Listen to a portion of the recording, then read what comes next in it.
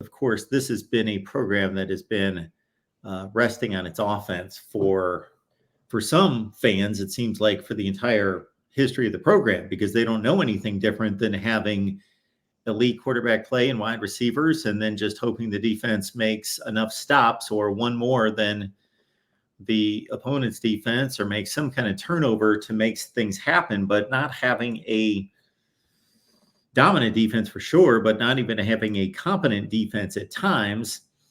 Three guys come to mind for me in a defensive effort last year that was good, that could be even better this year. Would be, if you didn't watch this defense play and you just looked at a stats sheet, you would see that Billy Bowman, Danny Stutzman just had all sorts of crazy numbers in the box score. And not surprisingly, they're showing up on a ton of all SEC teams, even all America teams. And then the other guy, more from a playmaking standpoint and what the potential could be, would be Peyton Bowen. Of course, his recruitment was much ballyhooed, and he finally chose Oklahoma. And right out of the gate, spring game, early games in the season showed that he's a tremendous athlete. So right out of the gate, those are the three guys that come to mind. But certainly, Jason, you can start this discussion wherever you'd like. Yeah, Mark, I think it's interesting, kind of on the opening that you had, just related to where this defense has been historically over the last 15, 20 years. It's really just been a situation where, I mean, I think you hit the nail on the head. It was, a real reason why Oklahoma probably doesn't have another national championship here over the last 10 years. And as you'd mentioned, even with Brent Venables coming aboard, year one was not great. They started off, for the first 4 or 5 games pretty good, and then they turned into be one of the worst, unfortunately, one of the worst defenses in the country over the last 5 or 6 games, or specifically like the Big 12 season in and of itself. As you mentioned, last year was an improvement, but still probably not where they need to be. Right, there was some games down the stretch where it wasn't horrible by any stretch of the imagination, but there was a game. Uh, the final game of the regular season against TCU, where they gave up a ton of points. I want to say it was like 42 or 45 to TCU, and that was the most points that TCU scored all year. So yeah, I mean, I think it's a defense that has been much improved. I think, Mark, to your point about the individuals that you mentioned, I think this is probably the first time, I would say, in 20 years where Oklahoma probably has a first round draft pick. We'll see how the season goes, but I think on paper they have a first round draft pick probably at every level of the defense, and specifically that you'd mentioned, Billy Bowman and Danny Stutzman. Those are two guys that Oklahoma was very concerned that they wouldn't be part of this team this year, just in terms of an early entrance into the draft. So much so, Danny Stutzman actually declared, didn't hire an agent, then decided to come back, which was a big get for Oklahoma. I mean, those things are almost like getting a 4 or 5 star recruit, right? A guy that you maybe anticipate was leaving, and then Billy Bowman as well. He was a guy that never entered, but I think there was some thoughts that he probably would enter. Then he decided to come back for his senior season. So yeah, those two guys, and you would expect just the natural jump from true freshman year to sophomore year for Peyton Bowen. He did a really good job while he was in there. Didn't get, wasn't a starter for a good majority of the year. Didn't get a lot of snaps, but the snaps that he got were very quality.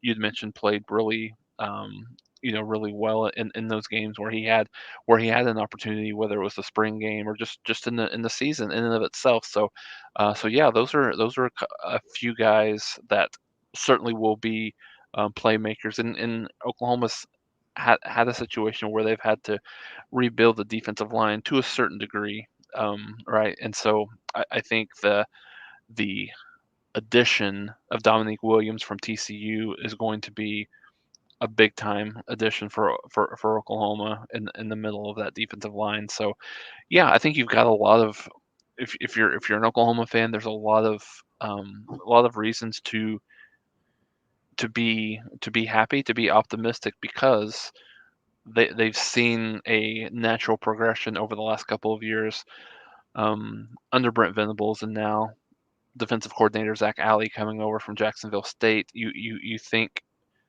you hope that this Oklahoma defense can make that next step and continue to improve as they have over the last couple of years. Talking Sooners football with all of you here at the Voice of College Football. Appreciate you stopping by. Leave those comments and questions. We will get to them here at the Voice of College Football. I've been scanning on my phone looking for a number of comments and questions that came into the channel this week to see if there's anything there of interest as we look at the defense.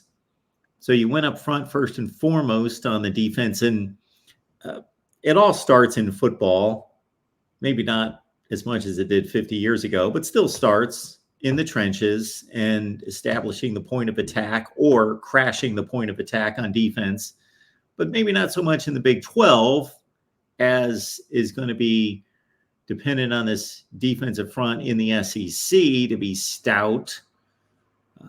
Do the guys coming off the bus look like an SEC defensive line up front?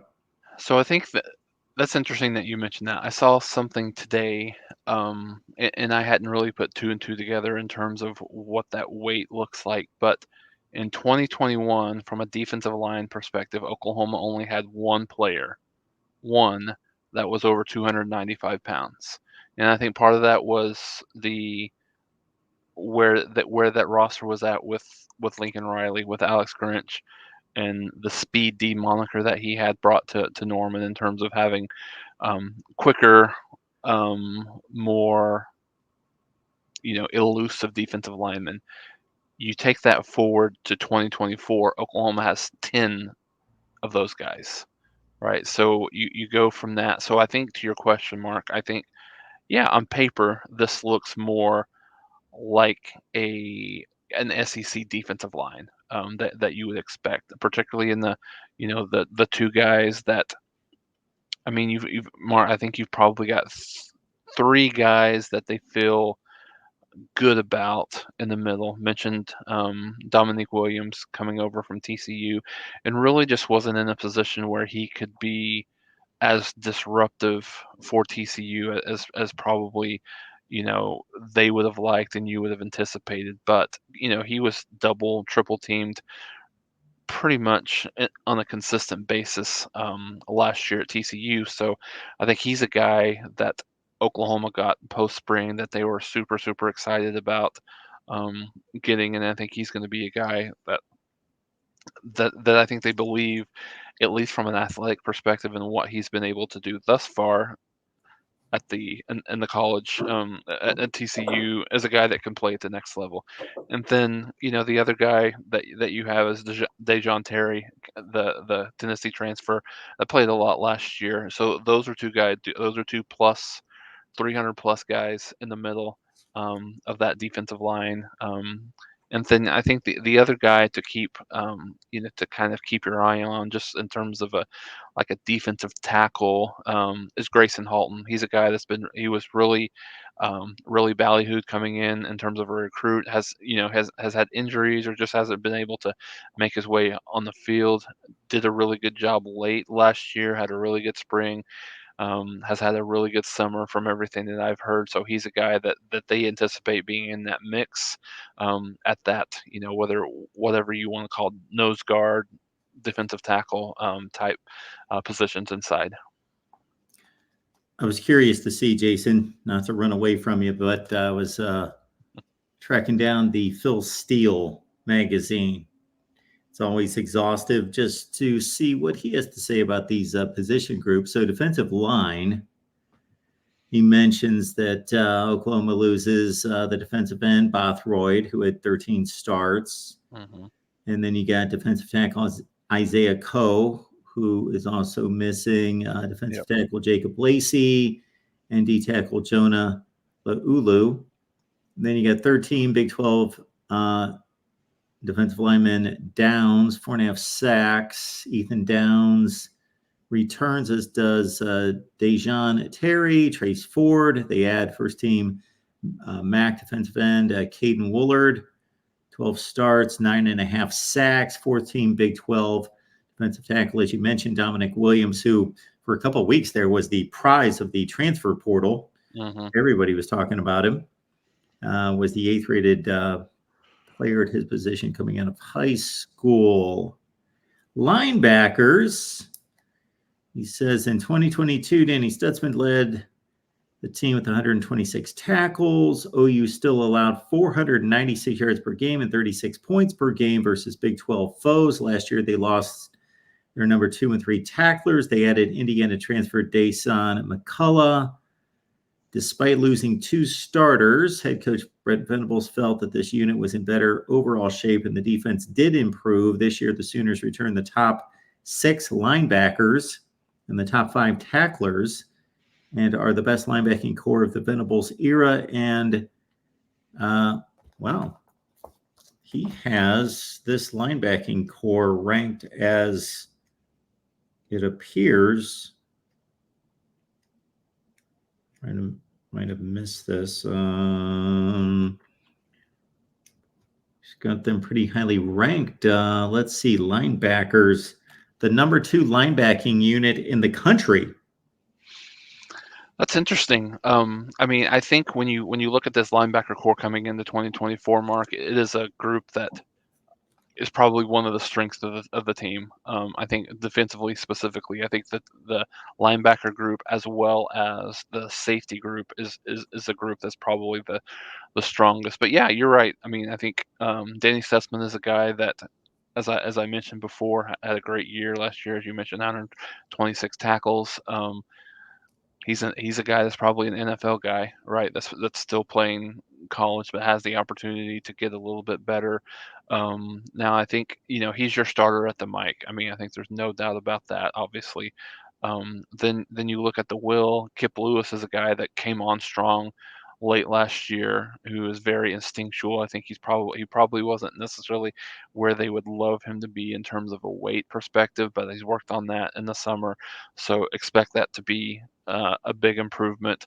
And then Jaron Kanik is another guy that's going to battle for that, could battle for that will position. Played a little bit, he was a starter there last year, really kind of ended up getting unseated just a little bit with Kip Lewis and his progressiveness, progression, I should say, from that side of things. And then there's a lot of young talent. There's a lot of athleticism in that group, and yeah, exciting to see. Now, number 2 in the country. I mean, that's lofty. Obviously, I mean, when you said number 2, I was kind of thinking SEC, but overall in the country, yeah, that'll be interesting to see how that um, how that works from a linebacker core, because yeah, they've got a lot of guys that have played in the past, but making sure that that's shored up that full group, and it's not really just Danny Stutzman and and the others, right? So Yeah, that's why when I read that in the Oklahoma summary, I verified it by hmm. frantically finding it on the national rankings just to make sure I didn't read that incorrectly. But Phil Steele at linebacker, Iowa 1, Oklahoma 2, Georgia 3, Texas 4, Oklahoma State 5. There it is. So I would say, Mark, if Oklahoma lives up to that top 5 linebacker core billing, then certainly that leads you to believe that Oklahoma's going to have a really good year defensively, because they feel good about where they're at on the back end. Like as I mentioned, particularly at safety, there might be a couple of questions at cornerback from a depth perspective, but this should be good on the back half. And I think there's just probably, Mark, a lot of, and concern is not the right word, just looking for someone to step up at that edge position. You'd mentioned just from a defensive line, while you're looking at that, you've mentioned Ethan Downs. Venables said Ethan Downs is the only guy that coming into the season, he's a starter. The rest of them are up for grabs. And you'd mentioned a lot of the guys that Oklahoma has had to replace, and so it is having to replace. So it's a little bit similar to the situation that Oklahoma has on the offensive line. in terms of having to replace a lot of guys. They've got a lot of good kids there, but are they able to? How are they able to play? You mentioned Caden Woolard coming over. He's a guy at the defensive end position, at the edge position that has some promise. But I would say athletically, PJ Adebaware, he's the best. He's the best one that they have from an athletic perspective. He looks the part. He looks like an when you mention like coming off the bus, he looks like an NFL player. But he's only a sophomore. He's got the body. Does he is he able to make that big jump? Right. I mean, I think the thought was he probably would make a pretty big jump from the end of the season to the spring. Didn't really show itself, on the field, but some kids it takes a little bit longer for that, that proverbial light bulb to turn on. So is he a guy that's going to be able to be a really good player for them on the edge, along with Ethan Downs and Caden Woolard? So you'll see. I mean, you got Trace Ford that was there last year from Oklahoma State, made some nice plays, but he's not a necessarily like a game changer on that side of the ball. So I think that's probably, I would say, the biggest question mark. Not necessarily in the middle, but more from an edge perspective on what they're able to do. All right. Looking at defensive back, and again, keeping in mind, this is just the Phil Steele take, just to give another perspective. 21st rated defensive line, number 2 rated linebacking core. He says about the DBs, in 2022, OU made a large jump in pass defensive rankings to number 45, 20 touchdowns, 17 picks, which is a really good ratio against quarterback play, 20 touchdowns, 17 picks. That led the Big 12 in interceptions, even though they were last in the Big 12 in yards given up per game in 22. In 2023, they lost 2 starters and 5 of their top 7 cornerbacks. They added Reggie Pearson from Texas Tech. The Sooners rose all the way to number 8 in the pass defensive rankings. And these are not the national pass defense rankings. These are Phil Steele's compilation. 18 touchdowns, 20 picks. That's an excellent ratio when you're intercepting more passes than giving up touchdowns. Billy Bowman had the huge 100-yard interception return against BYU, one of 3 pick sixes. This year they lose safety Key Lawrence and safety Reggie Pearson, but return 3 starters and add San Diego State starter Des Malone. They are, listen to this, number 2 at linebacker. The defensive back rankings nationally, Ohio State number 1, Oklahoma number 2. It's such an odd thing to think about, right? When we went last week, when you were talking about the offensive rankings, and Oklahoma was down. I mean, in a couple of those in the 40s, right? And then you've got linebacker at number 2, and then defensive, the secondary at number 2 as well. So, I think I think it lines up when you look at the strength of the defense. I think absolutely the linebacking core and the back end, the back 7 is going to be. It looks to be the strength of this defense. You'd mentioned Des Malone coming over from San Diego State, started the last 23 games at San Diego State. He's a plug and play guy that they feel good about. For Oklahoma, you got Gentry Williams, who was, unfortunately, he was banged up quite a bit when he was healthy. He was very, very good, very aggressive. Has got really great instincts. You saw him early on against Texas really kind of set the tone for Oklahoma defensively, and getting that interception early on in that game. Was out a little bit in that game in Oklahoma. You saw a little bit of that in terms of how they played the rest of the way defensively, particularly the back half of that game. And then you got Woody Washington as a guy you'd mentioned there as well. He's a guy that, a 6-year guy for Oklahoma, has made 36 starts in his career. I think that they may look at opportunities to move him around. He may be a guy that ends up being their nickelback if they feel good about Des Malone and Gentry Williams there at the cornerback position. And they've got a lot of guys that they feel good from a depth perspective at: Jacoby Johnson, Makari Vickers, Kanai Walker. Those are guys that have played. I mean, Kenai Walker has the most experience over the last couple of years, but Makari Vickers got a little bit of time. Jacoby Johnson got some time in special teams, and so those were the guys that that you look at. But then when you look at the safeties as well, you've got Billy Bowman and you've got Peyton Bowen probably in some kind of a starting position. Robert Spears Jennings stepped up and played a lot, a really heavy hitter, a big enforcer on the back end as well. Then they've got a couple of freshmen that may have the ability to help a little bit, at least from a depth perspective early on. Specifically, I think Reggie Powers is a guy that I've heard a lot of good things about in terms of he's a guy that could be ready to help them early on. And so, yeah, I don't know that I would go so far to say I mean, you could make an argument, but number two is tough to live up to. But again, how we've talked, over the last few weeks, Mark, about where this team could get to from a win-loss perspective. If you've got, and I'm not even going to say number two, if you've got top five in the country linebacker core and secondary, this is a team that, I mean, if you're that good in the back level, then it maybe masks some of your, if you've got some struggles at the edge position. Um, so I think overall, the not specifically just the defense, Mark, but I think overall, I think Oklahoma likes the talent that they have. They like the guys that they have here now. Obviously, on the field is a little bit different, and some of the teams that they haven't played, obviously in the SEC, and just kind of getting used to that grind. But I think they like what they have.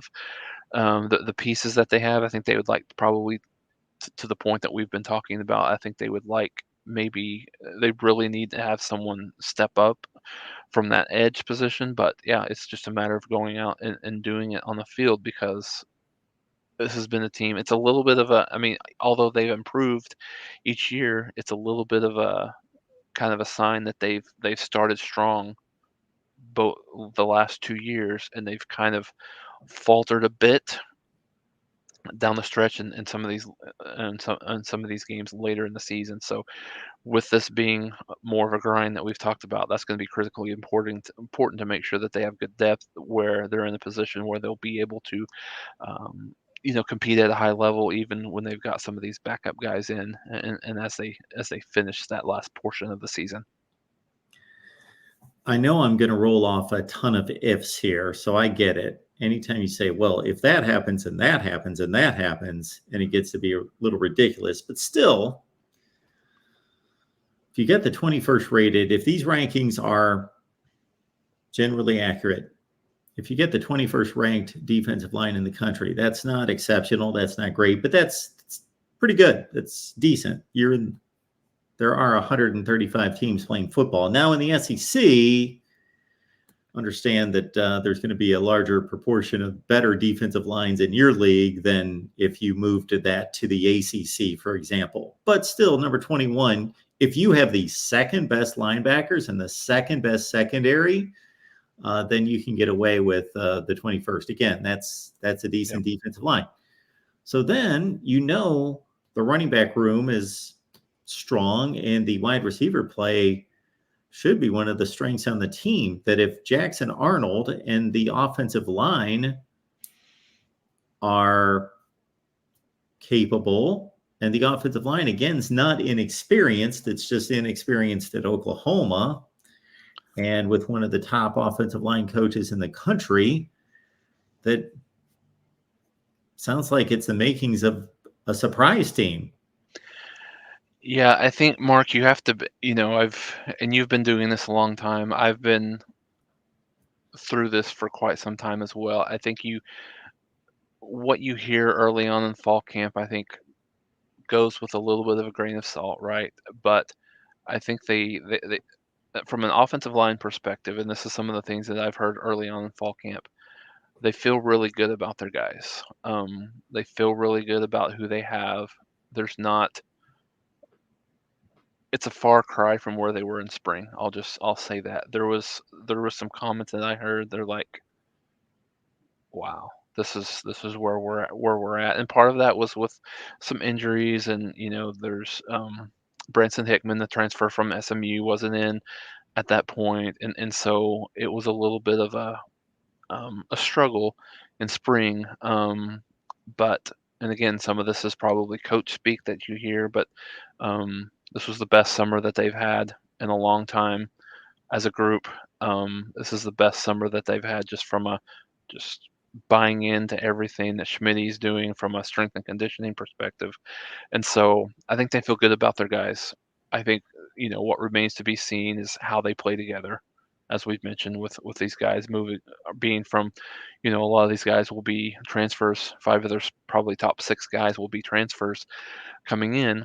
So the thing that it's not completely uncommon to think about, but the thing that I continue to hear from various different people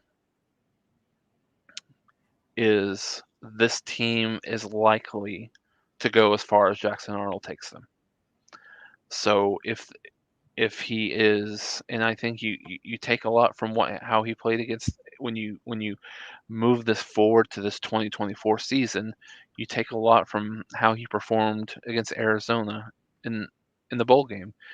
If you see that Jackson Arnold, like this very much could be a 6-6, 7-5 team, even a 5-7 team, um, just in terms of the turnovers. But all indications was he took that performance really, really hard, and that has kind of fueled him in terms of his progression over the summer and the fall so far. And I think maybe it's one of those things, Mark, you don't like to see someone struggle in his first start, but maybe it was a little bit of a blessing in disguise looking at, him struggling early on in that game, being a little bit inconsistent. If he would have had, if he would have went 30 for 38 with 380 yards and 4 touchdowns and no interceptions, maybe he doesn't have that drive that, kind of pulls him through the off season. So I think the difference in this team being probably if everything aligns as you have described right here, on the defensive side, you've got a top 5 linebacker group, you've got a top 5 safety group, you've got a top 20, just say top 20 defensive line in the country, and everything else is really solidified from a running back perspective. Someone steps up there. I mean, I think it could be the difference between, like I said, 6-6, 7-5, or potentially a 9-3 team. Now, it's it's kind of one of those like things where, Mark, I would have to see it to believe it. Like for a team stepping in year one, and being 10-2 in this league. Now, I mean, if the stars align, I think that's possible, right? Sure, like, but I think, and I hate we've talked about this before. I hate floors and I hate ceilings when you talk about that, because particularly floors, because what one floor could be, um, with multiple injuries, that floor could drop a little bit, right? But I think, um, if this team gets if they get the type of quarterback play that they're looking for, even if it's somewhat comparable to what they got last year with Dylan Gabriel or even the year before, I think this is a team that has improved. The roster and talent has improved at all other positions, where they do have the ability and have the possibility to go 9-3. And again, I mean, we would see how that shakes out. But if you go 9-3, you think that's probably got to be good enough for probably fourth, fifth in the SEC, and probably, has a really good chance to get you in the playoffs. So, um, I completely agree with you, Mark. I think this is a team, if those things align and they get really solid quarterback play from Jackson Arnold, that they can certainly be a surprise team, to your point, because I think nationally. And I don't know and I haven't looked at the magazine from Phil Steele yet, if where he's got Oklahoma just in the order of finish, in the season, from a prediction perspective. But yeah, that if those things align, they could be certainly in the top 3 or 4. So he did not rank, or I'm sorry, he did not make record predictions. Okay. Neither did Athlon. They've given up on that. They're not record predictions. However, there are rankings. So he has his power rankings, which are simply these are the best teams in the country, number one, number two, all the way down, all the way to the bottom.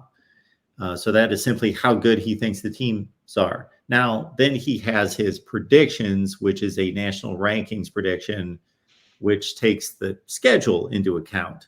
And Right. this is how difficult he thinks Oklahoma's schedule is. He believes that Oklahoma has the seventh best team in the country. Now, when he puts that together with the schedule, he ranks them 20th. Yep. No, that makes sense. That makes sense. I mean, and it's as I think we talked about this last week. Maybe not necessarily just the schedule, but the fact that it's the first year with this type of schedule maybe makes that a little bit maybe makes that look a little bit different.